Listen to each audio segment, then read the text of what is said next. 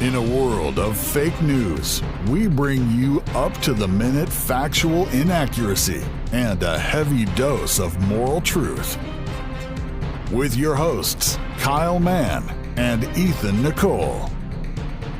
This is the Babylon Bee. Fake news you can trust. Hey everybody, this is Kyle from the Babylon Bee podcast. And this is the morning after the election. And I'm tired. You realize that this comes out on Friday, the day. Yeah, but this is the day after. Yeah. For us. We're supposed to pretend like it's Friday, though. How late did you stay up, bro? Like 3 or 4, but I always do that. Oh, wow. I'm acting all tired. I'm not acting tired. I'll look at the clock and be like, oh, it's only 2:30. The night is young. Still time for another cigar. Yep. So I went to bed. I thought you were Jack Dorsey for a minute. That was a good impression. Sorry. I went to bed confident that, Did you? Trump was You going voted. to win. That's how you feel when you...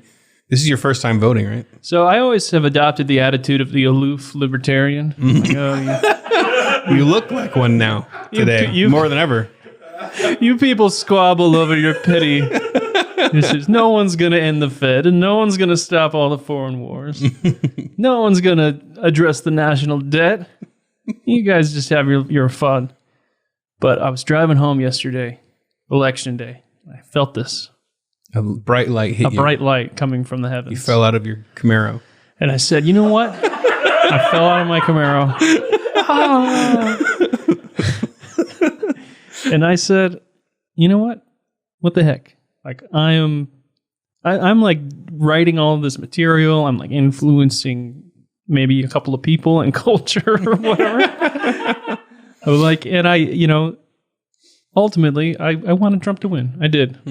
Deep down. He's our number one chance of ending foreign wars. Sad. Actually, he's the only guy who's like done anything against abortion. This doesn't seem like a great guy. I'm not on the Trump train. I didn't get the MAGA tattoo, but I said, you know what? I'm doing it. And my vote doesn't matter anyway because I live in California. But still. So I did. And would not recommend, really. It was like a very long line. And Really? I was amazed how short it was in my play. That was quick. I did in the morning, though. It was like a 10-minute process for me. Yeah. So for the first time in many years, since like maybe 96, I cared about the election results because back then, I don't know, I decided I was a Republican and I was 9. Maybe like 12 or 9. And I was like watching the returns. Oh no, Bob Dole's losing, Mom. So, it says so much about you that you were 9 years old and cared about Bob Dole. I know. Like, can you imagine a less inspiring candidate for a 9-year-old to be excited by? Like, anyway, so I did the whole like refreshing Twitter, and watching, see, So then I woke up and I was like, oh, actually, Biden won. That's what it sounded like, right? Oh, it sounded like, but not 100%. But probably by the time this comes out, mysterious things that happen overnight. Yeah, I'm curious. By this time this comes out, this is gonna be such old news. We shouldn't be talking about it. I assume what's gonna happen. My prediction is by the time this comes out, Biden will have won, but I don't think Trump will have conceded. There's gonna be some court stuff probably. So that's my guess. It's gonna go if it's that close, because it is really close. Yeah, it's very close. And there's some weird things that have popped up. Which is incredible because they were basically predicting that it was going to be total Biden landslide. Biden blowout, yeah. Texas? Is Texas in play? Mm-hmm. Nope. It is not. It is not. Arizona's a little surprised, but they've had a lot of implants, I guess. Yeah, that's all us Californians going over there. Mm-hmm. Sad. So, spreading their disease across the land. Today, what we're going to do on the Babylon Bay podcast is a little different. This is going to be our election special. Yeah. But it's not going to be about who won, because obviously we don't know that. We don't know. This is going to be about we're going to look back on this election, and we're going to look at life in this world where it's dominating everything. Yeah. And most importantly, we want people to be united. Do we? We do. That's why you wrote a song. That's right. Well, there's a difference in unified. People call for unity. What they mean is like, believe everything I believe. But you call it a ballad of unity. Yeah, it's true. Literally in the title. Well, it's satire. Yeah. Oh, it's satire. Okay. So yes. Some of you may have heard it, but I feel like it's a good thing to spread. And And, people listen back to the podcast and they'll find it, this gem. We wrote this song called Be My RBG. I was inspired by this picture they were sharing of Antonin Scalia and RBG, who are on opposing sides of the Supreme Court, but they're very good friends. And it shows them wearing costumes in a costume party together. And so the song kind of just popped in my head. I'll be your Antonin Scalia, you be my RBG. About, and legitimately wanting to be friends with people on the left. Like, we can disagree. Like, I just found I had a guy who discovered that I'm pro-life, and he's loved Axe Cop. He's been one of my biggest supporters. Immediately had to make a big announcement that I'm a horrible pro-lifer, and disowned me. It's like I could have just guessed by his goatee that he was pro-choice. Like, I was cool with him. Like, Wait, what are you trying to say about people with goatees, bro? He had a very pro-choice goatee. Oh, what is yours? This? Is ambiguous.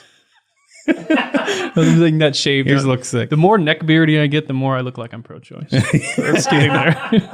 It's easy to disguise as pro-choice. Pro-choice. Anyway. All right, well, let's check it out. Be My RBG. Here we go. Be it. Be it. Just a couple of wings. Mine's on the right. Yours is on the left. So I guess we're supposed to fight. But isn't there more than politics to this life? Can I take your hand in friendship across this great divide? I'll be Rocky, you be Apollo Creed, be the Combs to my Hannity. I'll be Chesterton and you be Shaw. You be Dennis Rodman, I'll be your Kimmy Jong. I'll be W, you be L&D. You be Hitchens, I'll be your brother Pete. I'll be that Jams, you be McCain. You be Daryl Davis, I'll be your KKK. Woody and Buzz found love, though they were enemies. I'll be Antonin Scalia, you be my RBG.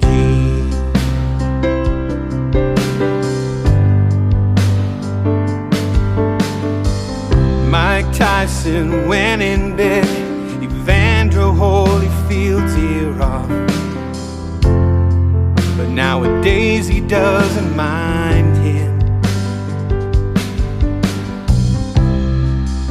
When Big Bird got kidnapped by a couple of scheming carnies, Oscar the Grouch drove his sloppy jalopy to try and find him. You know The Rock often mocked Steve Austin, but they're just actors. Off the mat they had each other's backs, just like two chiropractors. I'll be Rocky, be Apollo Creed, be the Combs to my Hannity. I'll be Chesterton and you be Shaw. You be Dennis Rodman, I'll be your Kimmy Jong. I'll be W, you be L&D. You be Hitchens, I'll be your brother Pete. I'll be that Jams, you be McCain. You be Daryl Davis, I'll be your KKK. Joe Rogan loves everyone, maybe it's the DMT. May have heard that Larry Bird and Magic Johnson are friendly. Maybe one day Elena Kagan will be down with ACB. Every Antonin Scalia needs an RBG. Together we can dream. We can protest peacefully. This ain't the UFC. Like Chuck Norris and Bruce Lee. WWJD. Let's get some KFC. You can torch cop cars. I'll read Thomas Sowell. We're not all bad. I'm like the BFG. I'll be Antonin.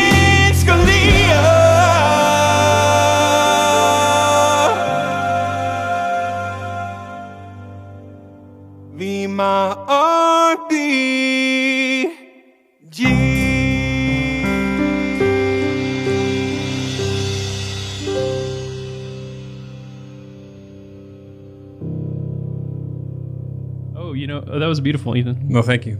So good. So good.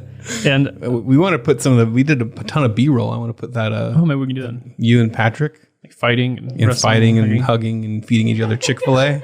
I started to get a little worried and suspicious about what the motive for this was when I'm like sitting there with Patrick and you guys are like, yeah, feed it to him. Feed him the Chick-fil-A. Feed him Chick-fil-A. The funny Do part it is again. in We're the going to get video- in close. I'm like, are you guys selling this on the dark web somewhere? Yeah, in that moment, and it's not really clear what's happening as you notice that you're holding a Chick-fil-A sauce packet. In the video, you're feeding him a Chick-fil-A tenderly. And, but yeah, it's kind of a crazy. I pretty much edited, like the guys did some preliminary editing for me, and then I pretty much did the whole thing all night till 7 a.m. one night. That's just how I work. I get into once I'm in that zone, in the mode and you can't get out. I get in the riding mode and throw my headphones on and it's like if someone disturbs me, I'm like, can't get out. Hey, we didn't mention that we have a new set. Yeah. Hey, by the way, did you notice that it looks different here? Look at this. We had masons come and lay bricks tenderly all around us while we sat here. Tenderly. We looked for some very tender masons because a lot of them are very It's a hard. very They're very gruff, hard masculine scrabble. industry. Yeah. Yeah. We looked for more effeminate They're masons. rough. And they did this and poured concrete right there as we sat and watched. And then the wall we waited for the wall to age for Yeah. a very long time, and then we added this B logo, the new one. So it's beautiful. So if you're not on the video feed, get on the video feed and mash that subscribe button. Yeah, it looks different. You want We look the same. Actually, Kyle looks worse than usual. yeah. I had makeup artists and hair people do this Oh, to make it look like I was like haggard. It's part of the act. okay. All right, let's do some stuff that's good. But now, this week's edition of Stuff That's Good. All right, I'm going to talk about something that Ethan will have absolutely no interest in, but that's not going to stop me. Never has before. Star Wars Squadrons, which is a new video game out on multiple platforms. And if you ever played the old TIE Fighter game, or X-Wing versus TIE Fighter, or X-Wing Alliance, that's what this is. It's very similar to that. It's kind of arcadey, kind of like the old, what were they called? What was that game on the GameCube called? Rogue Squadron? Star Fox. I think. Is that right? Dan's nodding. It's kind of like that, a little arcadey, but it's a mix between that and then the hardcore, more simulation mode of TIE Fighter. I actually play it with the VR helmet, so I get to sit in an X-Wing. Helmet? I have the VR, like your daughter and your son came over and played it. Remember the VR goggles? Not helmet, I guess. Oh. VR goggles, sorry. So I put on the VR goggles and I'm actually sitting in an X-Wing cockpit. And if like you ever dreamed about that when you're 9 or 10 years old, now you get to realize that fantasy. So, and I'm just sitting in the computer yelling pew, pew, pew. And that's what I do. So And your anyway, wife looks over at you like, I married this man. it's pretty good. If you play it, give me a shout out. We'll hook up online and shoot each other. Wow. Not You you. try to make online connections with people right now? I've played some video games with followers and stuff I met online. So Followers. You sound like a cult leader. with all my followers, join me in the squadrons. Mine is a podcast. People that like true crime. Once again, you mean my true crime. There's it's a pretty long series about the DC sniper called Monster DC Sniper, and that was like a story that you heard like bits and pieces of, but like it's an insane thing where these guys were running around just sniping random people for like a long time, and this crazy story where it's like a man and a kid. Oh yeah, I remember this. Yeah. So it's a crazy backstory. Like there's a lot of stuff there. They interview the kid, the killer. They interview the wife of the man. It's very in depth, a lot like a little serialized. So anyway, if you're into that, like a long, good for the drive. I got into it. So Monster DC Sniper. Can I ask you a question? So these true crime podcasts, I've never listened to one. So a true crime podcast is focused on one crime? It depends on the podcast. Some of them do one per episode. Oh, okay. But this one is a series. Monster is a series. It's not not the energy drink. I tried getting to one of the other ones. I wasn't as into it, but I think this is like the third one. Oh, So they'll focus on one so killer. it's like Monster : But they'll find DC Sniper. Monster DC Sniper. Yeah, so this is the DC Sniper season. Okay. So like Monster : the raccoon murderer or something. And that'll be Monster : sounds bad. Monster : It's like proctologist, dude had a monster. Yeah, that guy had a monster colon you won't believe. He goes back and talks to the nurses at the nurse. You got to see this monster colon. You're taking it further than I thought. I was going to just brush by that. Come on in here and let's take a look. Okay, well, we're going to do some weird news now. This has been Stuff That's Good. This news is weird. Weird news. There's other news besides the election that happened this week. Really? Yeah, but this all might be tied into the election. Oh, maybe some of it. All right. Costco pulls coconut milk after report on forced monkey labor.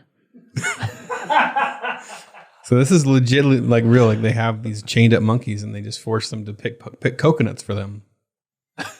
But I can't imagine monkeys are more efficient than any tool a man could create to pull coconuts down from a tree. That's what I'm confused by. But it was a PETA revealed video of the monkeys being forced labor.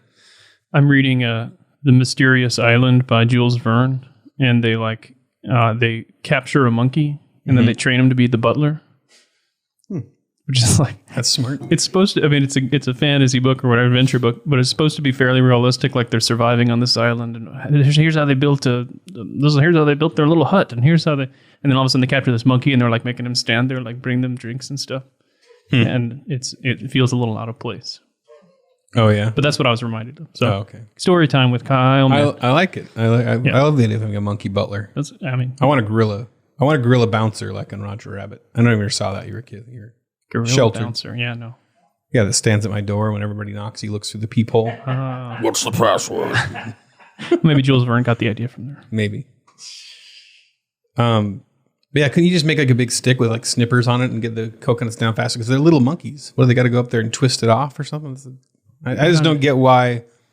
Maybe they're just like being mean to monkeys. So I'm not trying to be racist. So are all like coconut milk things going to have like the little no sign, no monkey labor? Yeah, or could the monkeys at least be treated better? Because they put them on these short chains, which is mean. You know, a monkey wants to jump around in trees and they're just on this chain going in circles. PETA says that the monkeys, some of them are driven insane, and I'm curious how you can tell when a monkey has gone insane. Maybe when they start throwing poop. No, that's just what they do. Yeah. Or when they start going... They start like clawing out your eyes and your junk. But again, that would just be... That's just what they do, right? What they do. Yeah, chimpanzees. They go for your face, your hands, and your junk. Yeah. That's the most horrible thing you can do to somebody. Like, besides, that's worse than killing them. It's true that a crazy person is basically like that kind of behavior of a monkey where it's like... Yeah. They're like eating bugs. You say they went ape. Yeah. Like when you say a person went crazy. Ape, flower bed. What is the replacement word? We've had some requests to do the replacement words that line up with the actual bad words. Donkey, yeah. And we have the donkey one. Flower bed would be obvious. Yeah. The F one. Or in Doug to Naples here, we could use it for the other F word too. It'd be like shark. Ape shark. Ape. Okay, there you go. Ape shark. Okay, now we'll spend 20 minutes on this story. We'll go to this one. Off-duty Nevada officer dressed as Star Wars stormtrooper stops suspected drunken driver. This is for you, Kyle. Well, here's the thing about Star Wars stormtroopers. No.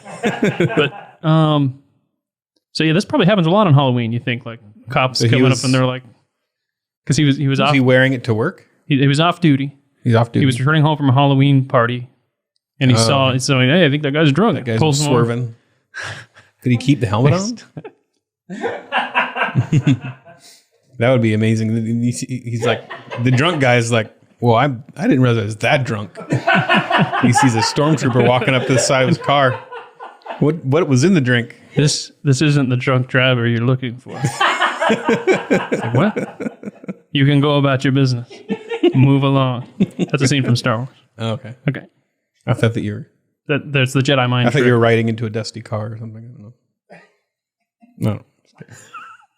Indian doctor duped into buying Aladdin's lamp for $93,000. So he has a PhD. Police. He went to college for 8 years. However long it takes. Two men who allegedly duped a doctor into buying an Aladdin's lamp for $93,000 that they promised would bring wealth and good fortune. I have here Is that a normal lamp or is that the lamp? Are they going door to door? Are they selling these at gas stations? Like the guys sell those fake speakers out in gas station parking lots and stuff. Fake speakers? Yeah. Oh, this is the thing when I was growing up. Like they would say, "Hey, man, go over to the trunk. I got these nice speakers." It's Aladdin's speaker. And they were just like either total crap or they were just like empty cabinets with no speakers in them. Yeah. Yeah. Probably my worst thing with that is this is really bad too. We had this guy shows up and we had some scratches and dents in our car from a little bump. We got, my wife bumped into something, I think. I scratched into something too and I was pulling out. Anyway, so there's a few dings and a dent in our car. And this guy's like, "Hey, I could fix this for this much money. Right here, I got the paint. I'm doing a car around the corner." And the price couldn't be beat. And I'm like, "Sure, why not? Let's just do it." We just did it. The guy just butchered our car. Like he did this rattle can. There's paint on our windows. There's it's just a mess. It just looks like a ghetto car now. He just ruined it. He just disappeared. This is recent? And he never, no, it was, it was like maybe, I don't know, like 8 months ago or something. I don't know. So is this on your Subaru? It's on my other car, the Acadia. Okay, gotcha.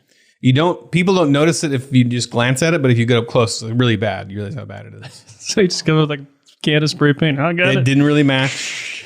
Yeah, he didn't really tape a lot of things off. There's paint on the license plate. There's paint on the windows, sprayed off, and it's terrible.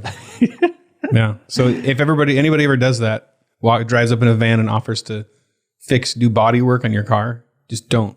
Yeah. Especially if he's got Aladdin's lamp and he's like, "This lamp will fix your dents in your car." It's my turn. It is. California kayakers end up in mouth of humpback whale.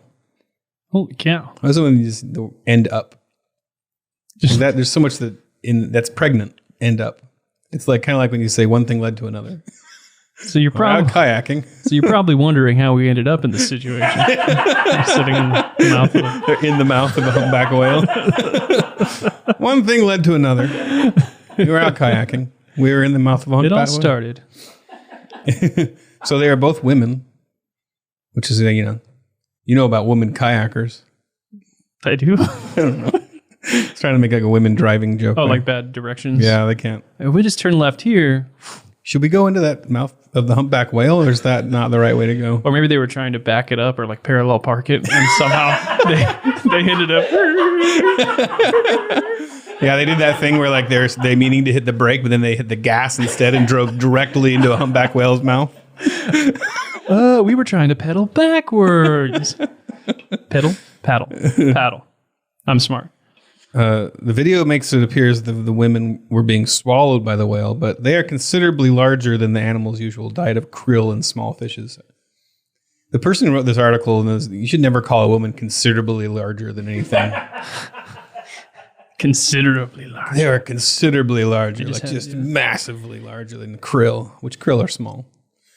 But it makes me feel better because fat people like me I have no fear of humpback whales now. Because if they wouldn't eat the ladies, then I'm fine. He probably just already knows and he just passes you by. That's one animal off of my fear list. So the kayakers actually filmed this themselves. They had their camera going. You just kind of see them shake. Yeah. You can't really see yeah. So, all right, well, watch out for the humpback whales, I guess. Yeah. Hey, guess what? It's time for another Guinness World Record. Just for you, Kyle. Oh, I forgot to put notes on that one. Just click on it. A seance live streamed from a British manor breaks a world record for the world's largest live streamed seance. I was wondering if it was Good job. The most demons, the most demons contacted or most curses. Oldest dead person summoned to the seance. Is there any other I don't know. records you can break for a seance? Like the biggest seance circle or something? Or the most frogs eaten? Most they eat frogs? Democratic voters summoned. Largest piles of Eye of Newt. Most incense burned? This doesn't count. Loudest cackle. Guinness record revoked. It's nice that you do that because I don't have to create a graphic or anything. Yeah. Well, I was hoping that he would do a 3D stamp. All right, like sorry. a green screen. Whatever. All right, so we're going to go on to stories of the week. They're really not of the week, though. But they're kind of not of the week. So here we go. Babylon Bee election special coverage. Blowout super sale.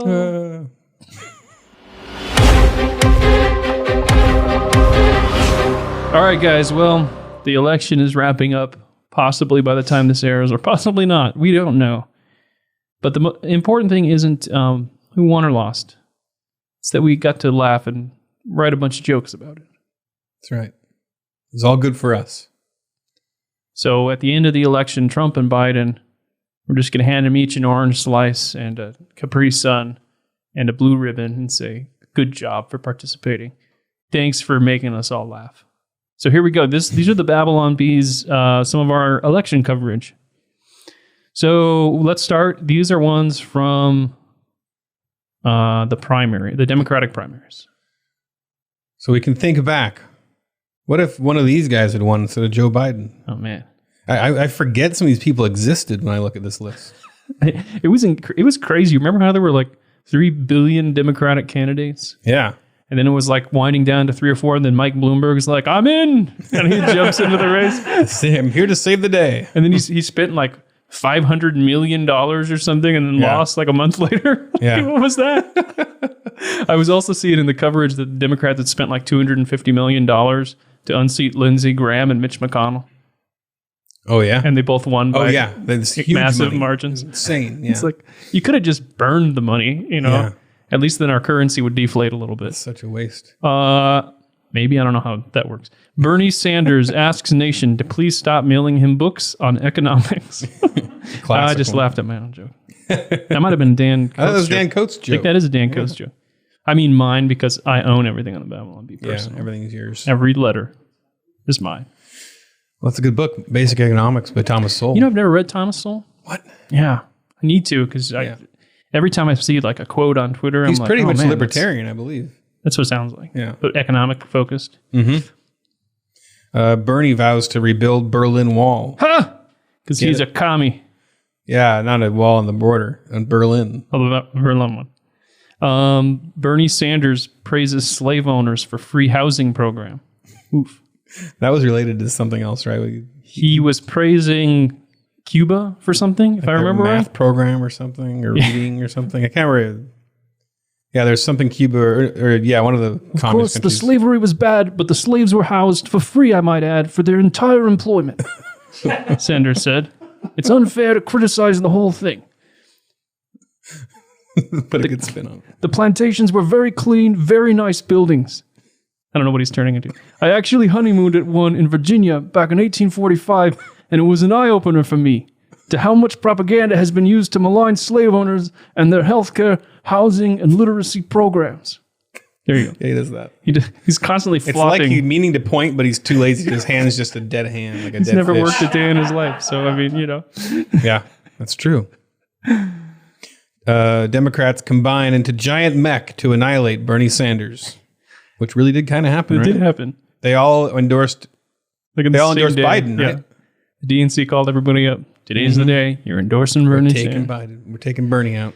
Or not endorsing Bernie Sanders. You're Yeah, endorsing Biden. We're Yeah. de-dorsing him. De-dorse. Undorsing. Bernie tests negative for president. Sad. Sad. Perfect facial expression. Oh, man. But that was right around when COVID hit, I think. Yeah, That it why was the like joke was. during COVID. Yeah. It was in April. So maybe 4 weeks into 2 weeks to flatten the curve.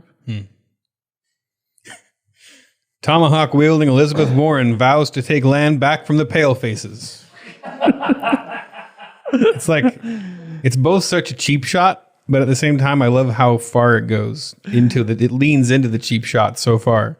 I mean, that was like a hard Photoshop. And it's one of the funniest articles Frank's written. I think it's so funny. You palefaces have taken my land and have angered the Great Spirit. This theft has angered my ancestors. You will return what is mine, or I will hit you with a wigwam. She paused to look at her book again. No, that's not right.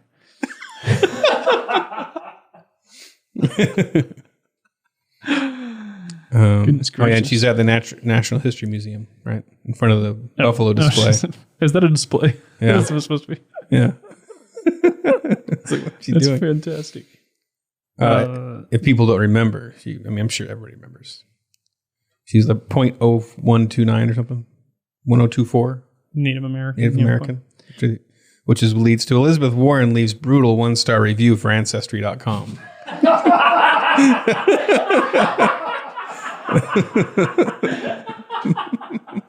She also said that kept saying that she was persecuted for being a woman when she had a teaching job. So Elizabeth Warren recalls how she lost her teaching job when her fake mustache fell off, revealing she's a woman. This one also has some great copy in it.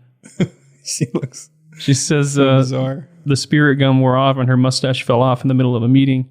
She was met with cries of, "Hey, that's a woman!" before being chased out of the building, followed by shouts of, "Jobs are for men!" Especially teachers. Everybody knows teaching is a man's job. Warren and Sanders settle campaign dispute by playing chicken on mobility scooters. That's a beautiful Photoshop. I just have to say. Is that you? That was you. Yeah, the funny thing is I found a picture of a guy in a wheel or a mobility scooter, and that's I didn't change anything there. That hair was the guy's hair. That's his head. It looks exactly like Bernie Sanders. Yeah, so that's how bald I imagine Bernie Sanders is in the back of his head. That is fantastic. So I just put Bernie's face in the mirror. That is beautiful. Well, here's a sequel article. Yeah. Warren returns to tribe in shame after failing to take land back from the Palefaces. Womp womp. I don't know if people say womp womp. Imagine that. The soundtrack playing. like the Indian whistle. Yeah. Not the flute. I don't know what they got. Piccolo? What do they got? Indian? Peace pipe. But they play No, that's not.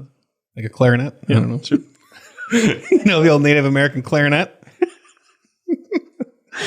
Bloomberg. Let's get on to Bloomberg because who doesn't want to remember him? Everybody. Bloomberg purchases first supporter for $1.7 billion. I think we listed that as a fulfilled prophecy because after we wrote that, it came out that he was paying influencers like $1,000 just to do like hashtag Mike Bloomberg. Yeah, say something nice about him. But I loved when Brian, who are the news anchors that were like, we did the math and Mike Bloomberg could pay everybody in America $1 million or something like that. Was it Brian Williams? It was Brian Williams, I think, yeah. It's an incredible way of putting it. The number You that could give each they were American. so off. Isn't it incredible that they could have given each American $1.2 million? Whatever.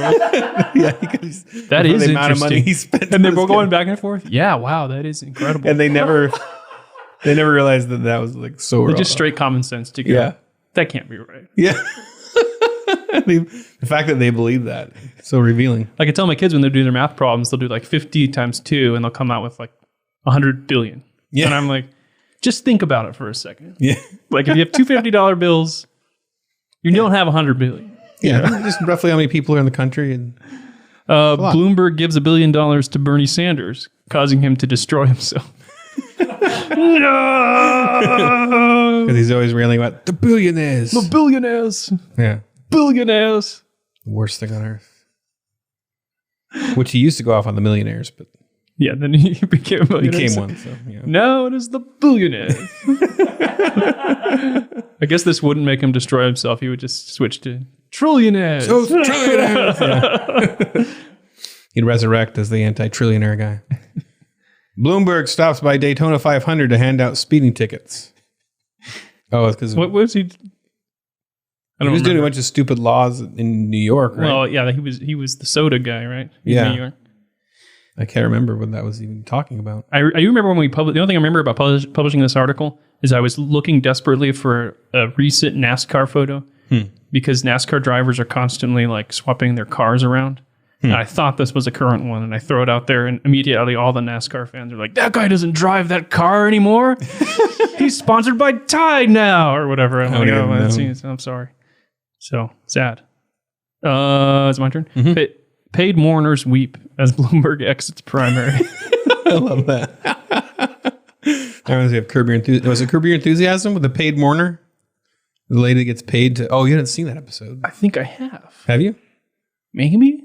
It I sounds thought that was one of the familiar. newer episodes. No, maybe I haven't I then. can't remember. Yeah, he had a whole episode about a lady who's he can't tell when she's actually crying because she's also paid to cry at funerals and stuff. Joe Biden is the best choice for our nation, chants Tulsi Gabbard after DNC completes assimilation process. Star Trek reference. Oh, okay. She's got, is that a Star Trek costume? Yeah, that's the Borg thing when Picard got assimilated, started to get assimilated. Dan and Patrick are both Everybody nodding knows. in sync. Matt Is Matt nodding in sync? I don't know anything. All these Star Trek nerds. I feel so like I'm not part of the human race. When This people one talk is about one stuff. that was risky because I don't actually know the reference that well. I did see the Star Trek movie that I think that came out after that happened in the show. I don't know. Whatever. Hasbro Okay. Should we do like a trigger warning? Hasbro It's a introduces horrifying new. image. Go ahead. Are we saying booty? Yeah, it's booty. Hasbro introduces new My Booty Pete Buttigieg doll. Okay, this was not intended. It's a play on My Buddy. Yeah, my buddy. Remember? My buddy. I'm not old enough, but My you told me buddy. about it. Wherever I go, he goes, my buddy. My buddy, my buddy, my buddy, my buddy. Wherever I go, he goes. My buddy, my buddy, my buddy, my buddy. I'll teach him everything that I know. My buddy and me, like the climb up a tree. My buddy and me, we're the best friends we could be. My buddy, my buddy, my buddy, my buddy, my buddy and me. My Buddy from Play School. And the idea a was lot that, of people took this in an interesting way. Yeah, they did. Yeah. It's going to happen. We were doing the joke was that he looked like Howdy Doody. Yeah, he looks like, yeah, we kept trying to find the right howdy doody joke. And I kept saying, does anybody know who Howdy Doody is? But maybe they do. Yeah. Yeah, everybody does. Who knows who Howdy Doody is in studio? I vaguely knew that he was a puppet. That's about all I knew. All right, on to Cory Booker. Oh, and the other guys. Just kind of going on some. There was a bunch of them. Cory Booker moved to tears during participation trophy acceptance speech. Because he cried a lot or something? Yeah, he was constantly giving these big emotional speeches. He's the Spartan guy. Spartacus moment. Yeah, this one requires the picture, so get on video if you want to get this joke. El Paso man comes down from insane acid trip where he hallucinated that he ran for president. And there's a picture of a haggard look. He looks about as haggard as looks me. like you right now. But I didn't run for president, so Yeah. it's Beto. It's Beto. Beto. I know we have my favorite Beto article in here. It's where he chugs a bottle of Cholula to impress everybody. Well, we got to pull it up then. In move to appeal to Hispanic voters, Beto O'Rourke chugs entire bottle of authentic Cholula hot sauce. The picture, he's just chugging with an angry look in his eyes. He was always going up to the debates and going like, "Hola, amigos, yo soy Beto." Yeah. Like, are you instantly like transfixed by that if you're Hispanic? Hola, Latinx friends. Yeah. And finally, Marianne Williamson. Marianne Williamson, not sure what she's doing up here with all these crazy people. One of our commenters dropped this link and he said, "You guys left off the best one." And if you're a paid subscriber to the Babylon Bee, you get to join our comment section, which is a blast. And it's the one he liked was, Brian Williams claimed Bloomberg could have given every American $1 million. Fact check. True. But not all at the same time. I think that was a Frank joke. Because he can give everybody $1 million and take it back. Oh, that's true. Yeah. All right, moving right along. That was the primaries. Now we're going to go on to the general election. Trump versus Biden. Oh, the memories. This is how it started. Babylon Bee article. Search for the two best possible candidates for president concludes. We really knew how to pick them, didn't we? Yeah. It's like a filter. Best human beings on earth that also have lots of money and influence. You can skip through this. We don't have to do all of them if you don't want. Biden aides forced to use the spray bottle again because he's going for a little kid. He's going for a girl. The headline doesn't say that part. Yeah. It just ends at spray bottle again. Yeah, like dogs that bite stuff.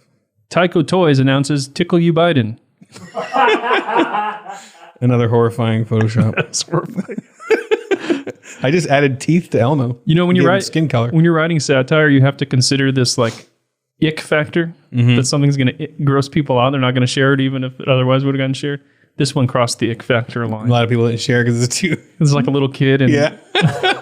this doll like coming at him. Biden cuts hole in mask so he can still sniff people's hair. Oh, I stole your headline. No, that was I read the. Oh, you did. You're right. This is one of the top shared MLB Yeah, it was articles massive. ever. People have stolen this image and Oh, yeah, it gets sold it on it's merchandise and stuff. If you Google image search it, I bet it just comes up on everything. Yeah. Jokes on them. I'm not a professional Photoshopper. Well, you get paid to do it, so you are professional. Oh, that's very true. Judge dismisses sexual assault allegations against Biden on grounds that he is not a Republican. Got him. Trump. Trump's power doubles after absorbing impeachment attack. This is one of my more praised Photoshops. That's fantastic. But yeah, because they tried to impeach him and, well, they did impeach him, I guess. impeached I don't know him how it and, works. like, impeach makes it sound like he's gone. Doesn't but impeachment feel like a billion years ago? yeah. Like, did that have any effect Did it on the happen? election at all? Yeah. Trump installs ejection seats throughout press briefing room. This is striking me that I'm really going to miss Trump. He's so good for comedy.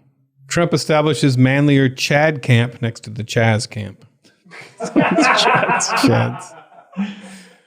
Oh, here's a classic. Trump threatens more plagues unless state governors let his people go. Go listen to our song. Go down, Donald. Yeah, go check it out. Go down, Donald.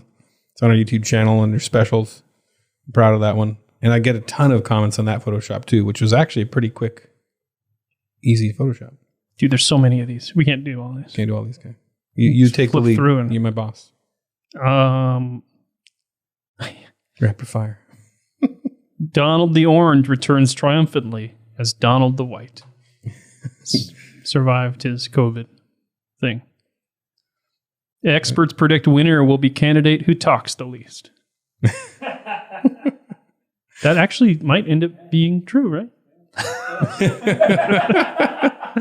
Biden's ahead. Biden campaign says he's so close to a VP pick, he can smell her. That was a big one.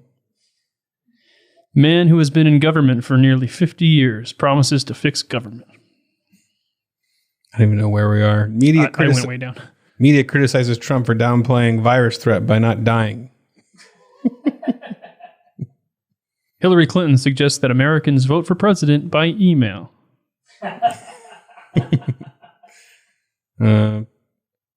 Trump says his Civil War will be even better than Lincoln's.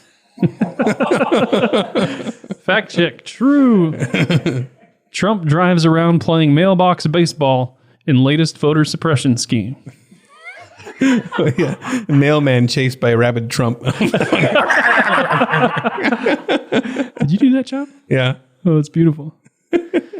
Anonymous White House source claims Trump punched a baby. Oh, yeah. That was the anonymous sources were Fantastic. telling stories. Well, a couple more. Good stuff. Trump aides beg him to call a lid after he drinks 45 cups of coffee and campaigns for 237 hours straight. I had not seen that Photoshop. Wow. Is it horrifying or what? That's horrifying. Chelsea Handler patrols polling places to make sure no black people are voting for Trump.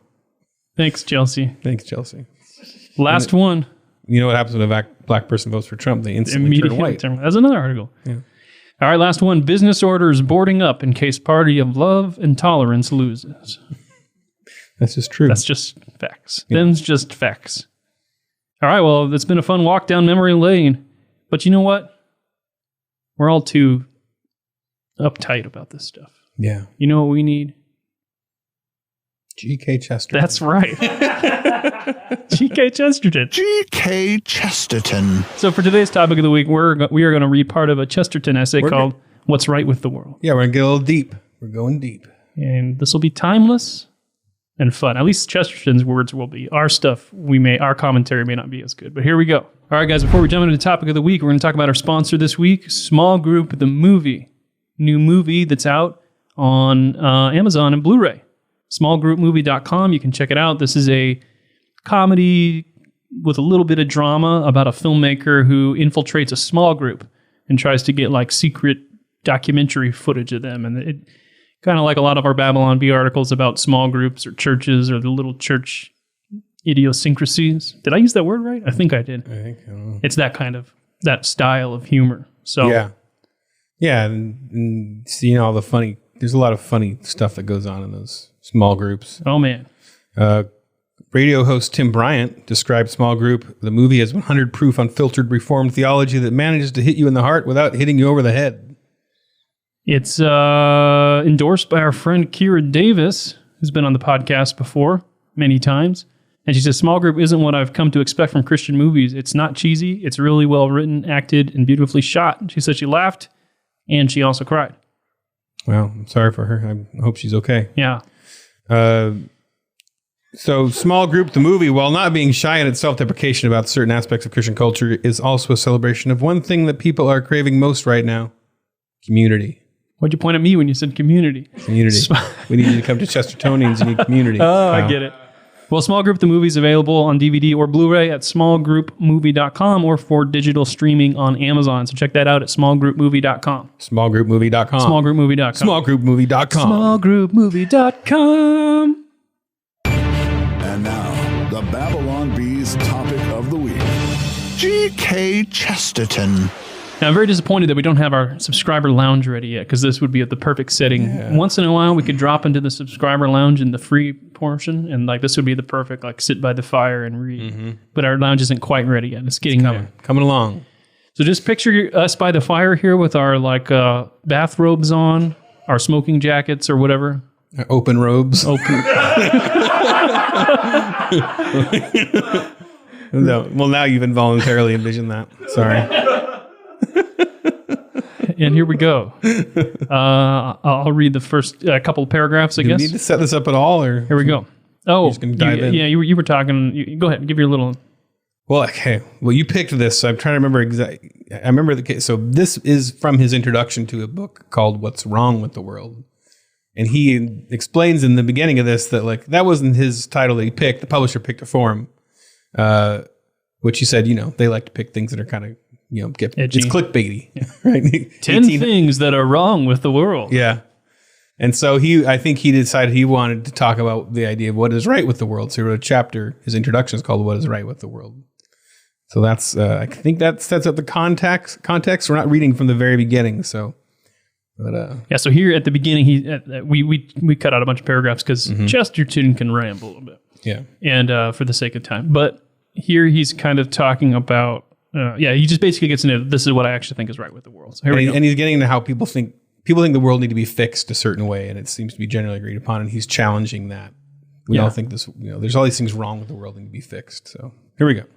Now, for the matter of that, I do not think the world is getting much better in very many vital respects. In some of them, I think the fact could hardly be disputed. The one perfectly satisfactory element at the present crisis is that all the prophecies have failed. At least the people who have been clearly proved to be wrong are the people who were quite sure they were right. That is always a gratifying circumstance. Now, why is it that all these prophecies of the wise have been confounded? And why has the destiny of men taken so decisive and different a course? It is because of the very simple fact that the human race consists of many millions of two-legged and tolerably cheerful, reasonably unhappy beings who never read any books at all and certainly never hear of any scientific predictions. If they act in opposition to the scheme which science has foreseen for them, they must be excused. They sin in ignorance. They have no notion that they are avoiding what was really unavoidable. But indeed, the phrases loosely used of that obscure mass of mankind are a little misleading. To say of the bulk of human beings that they are uneducated is like saying of a red Indian hunter that he has not yet taken his degree. He has taken many other things. And so, sincerely speaking, there are no uneducated men. They may escape the trivial examinations, but not the tremendous examinations of existence. The dependence of infancy, the enjoyment of animals, the love of woman, and the fear of death. These are more frightful and more fixed than all conceivable forms of the cultivation of the mind. It is idle to complain of schools and colleges being trivial. In no case will a college ever teach the important things. He has learnt them right or wrong, and he has learnt them all alone. We therefore come back to the primary truth, that what is right with the world has nothing to do with future changes, but is rooted in original realities. If groups or peoples showed an unexpected independence or creative power, if they do things no one had dreamed of their doing, if they prove more ferocious or more self-sacrificing than the wisdom of the world had ever given them credit for, then such inexplicable outbursts can always be referred back to some elementary and absolute doctrine about the nature of men. No traditions in this world are so ancient as the traditions that lead to modern upheaval and innovation. Nothing nowadays is so conservative as a revolution. Get that tattooed on your lower back. Yeah. The men who call themselves Republicans are men walking the streets of deserted and tiny city-states and digging up the great bones of pagans. And when we ask on what republicanism really rests, we come back to that great, indemonstrable dogma of the native dignity of man. And when we come back to the Lord of creation, we come back of necessity to creation. And we ask ourselves that ultimate question which St. Thomas Aquinas, an extreme optimist, answered in the affirmative. Are these things ultimately of value at all? Want to comment, or should we keep reading? Well, let's knock it out and then we'll talk. Okay. What is right with the world is the world. In fact, nearly everything else is wrong with it. This is that great truth in the tremendous tale of creation, a truth that our people must remember or perish. It is at the beginning that things are good, and not, as the more pallid progressives say, only at the end. The primordial things, existence, energy, fruition, are good so far as they go. You cannot have evil life, though you can have notorious evil livers. Manhood and womanhood are good things, though men and women are often perfectly pestilent. You can use poppies to drug people or birch trees to beat them, stone to make an idol or corn to make a corner. But it remains true that in the abstract, before you have done anything, each of these four things is in strict truth a glory, a beneficent specialty and variety. We do praise the Lord that there are birch trees growing amongst the rocks and poppies amongst the corn. We do praise the Lord even if we do not believe in him. We do admire and applaud the project of a world just as if we had been called to counsel in the primal darkness and seen the first starry plan of the skies. We are, as a matter of fact, far more certain that this life of ours is a magnificent and amazing enterprise than we are that it will succeed. These evolutionary optimists who called themselves meliorists, a patient and poor-spirited lot they are, always talk as if we were certain of the end, though not of the beginning. In other words, they don't know what life is aiming at, but they are quite sure it will get there. Why anybody who has avowedly forgotten where he came from should be quite so certain of where he is going to, I have never been able to make out. But meliorists are like that. They're ready to talk of existence itself as the product of purely evil forces. They never mention animals except as perpetually tearing each other to pieces. But a month in the country would cure that. They have a real giddy horror of stars and seas as a man has on the edge of a hopelessly high precipice. They sometimes instinctively shrink from clay, fungoids, and fresh young of animals with a quivering gesture that reveals the fundamental pessimist. Life itself, crude, uncultivated life, is horrible to them. They belong very largely to the same social class and creed as the lady who objected that the milk came to her from a dirty cow and not from a nice clean shop. They are sure how everything will end. All right, I'll finish it up. Okay. I am in precisely the opposite position. I am much more sure that everything is good at the beginning than I am that everything will be good at the end. That all this frame of things, this flesh, these stones, are good things. Of that I am more brutally certain than I can say. But as for what will happen to them, that is to take a step into dogma and prophecy. I speak here, of course, solely of my personal feelings, not even of my reasoned creed. But on my instincts alone, I should have no notion what would ultimately happen to this material world I think so magnificent. For all I know, it may be literally and not figuratively true that the tares are tied into bundles for burning, and that as the tree falleth, so shall it lie. I am an agnostic, like most people with a positive theology. But I do affirm with the full weight of sincerity that trees and flowers are good at the beginning, whatever happens to them at the end.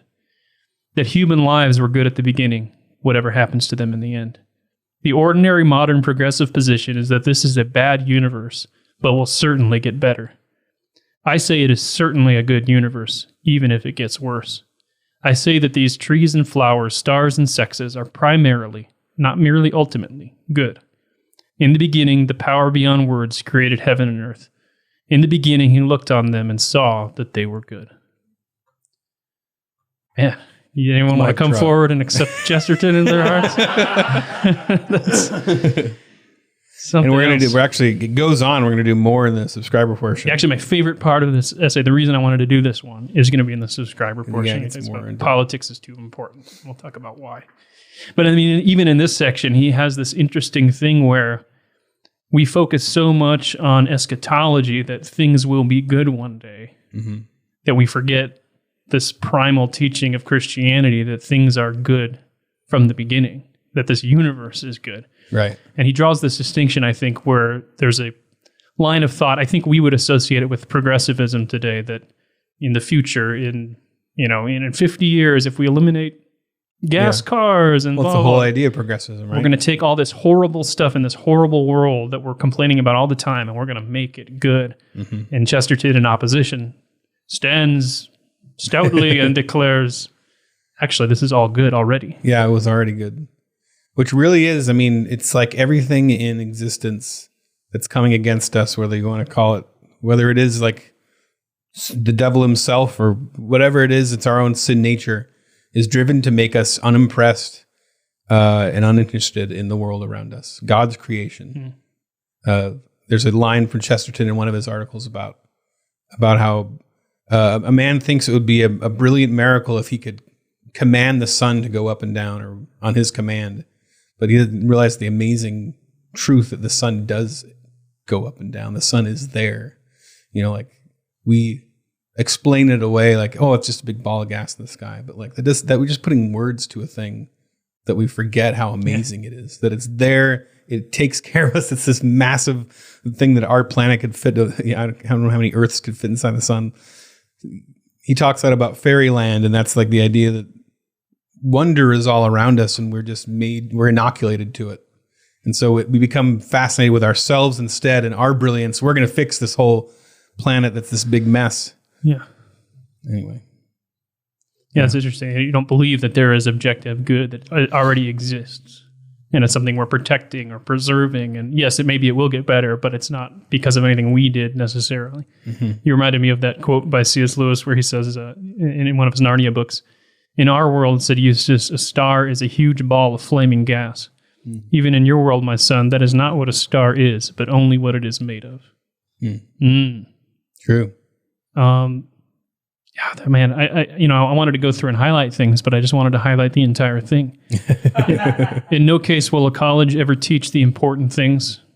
The man has learned them right or wrong, and he's learned them all alone. Yeah, and we take advantage of that too. Like he talks about the important things you've learned your whole life.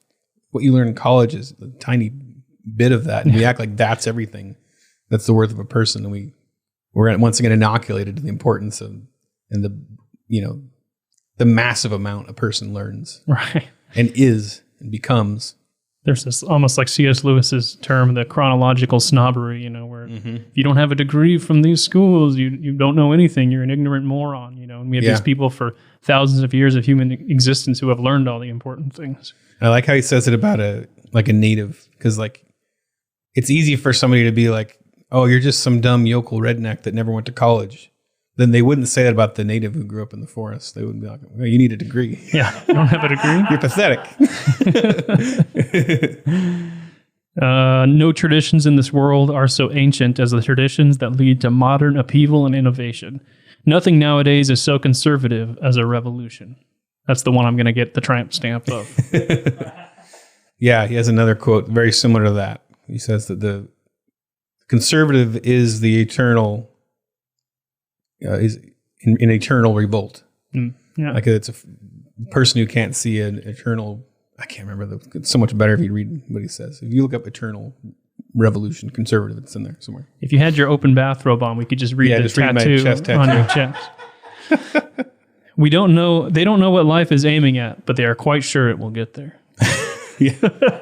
And that's the thing. That's why the fight, right, is so like visceral with the left. Like they think they're on this track to heaven, and the demons are us.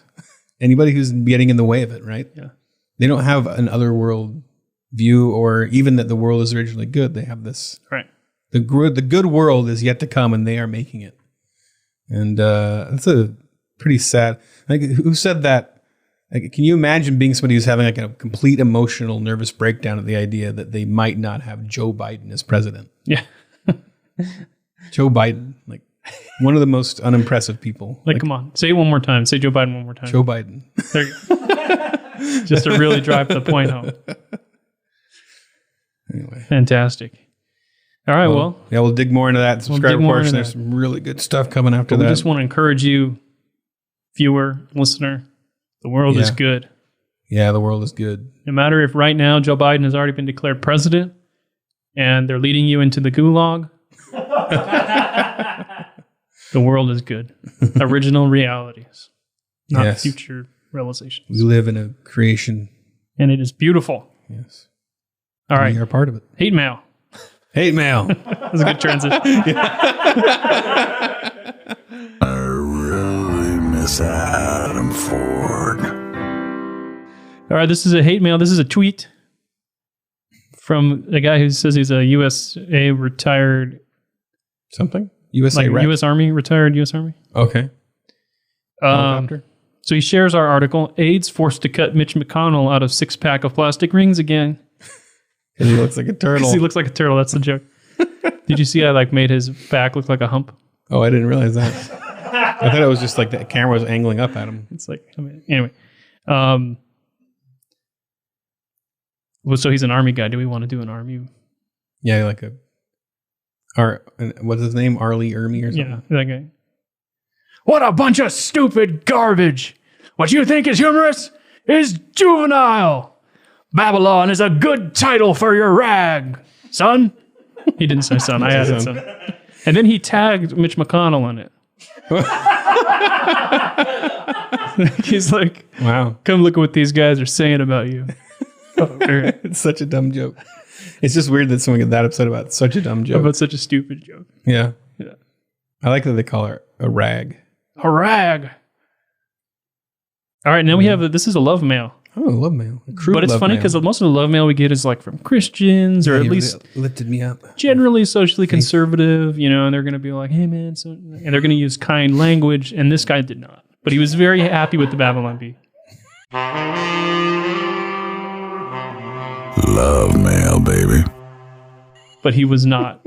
So we sent him an email that said we were calling attention to how Facebook squashed our post, or actually deleted our post about Senator Hirono weighing ACB against a duck. We've been over this. And so he replied to this email. Okay. And then I want you to read this one, Ethan. Okay. Holy flunk balls.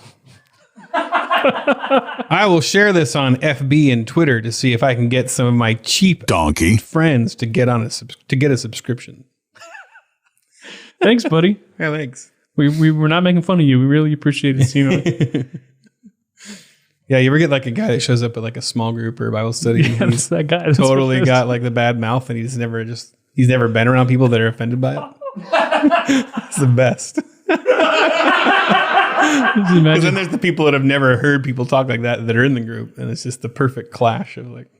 I just imagine you're like at Bible study and you're like telling the story of Saul on the road to Damascus or something, and then he was blinded by this light, and this guy's sitting there like, "Holy F-balls!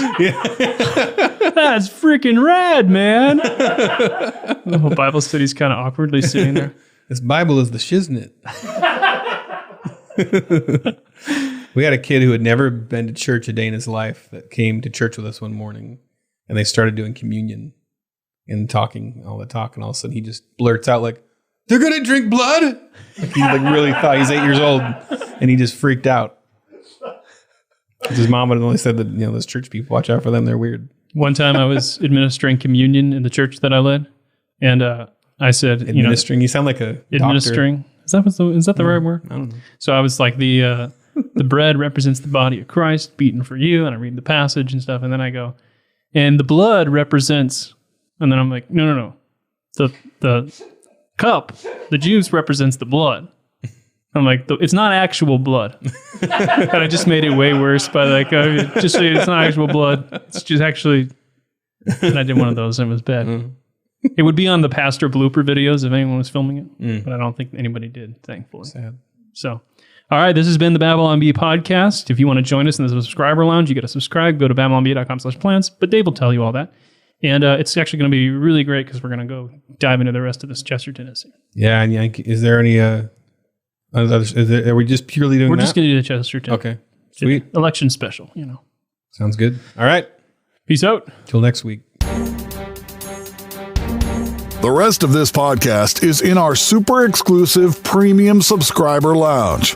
If you're not a Babylon Bee subscriber, go to babylonbee.com/plans for full-length ad-free podcasts, access to our headline forum, 20% off the items in the Babylon Bee store, a gift, and more. Please drop us a review on iTunes and share the podcast with a friend. Feedback and love mail go to podcast@babylonbee.com. Follow Ethan at AxeCop and Kyle at _Kyle_man on Twitter.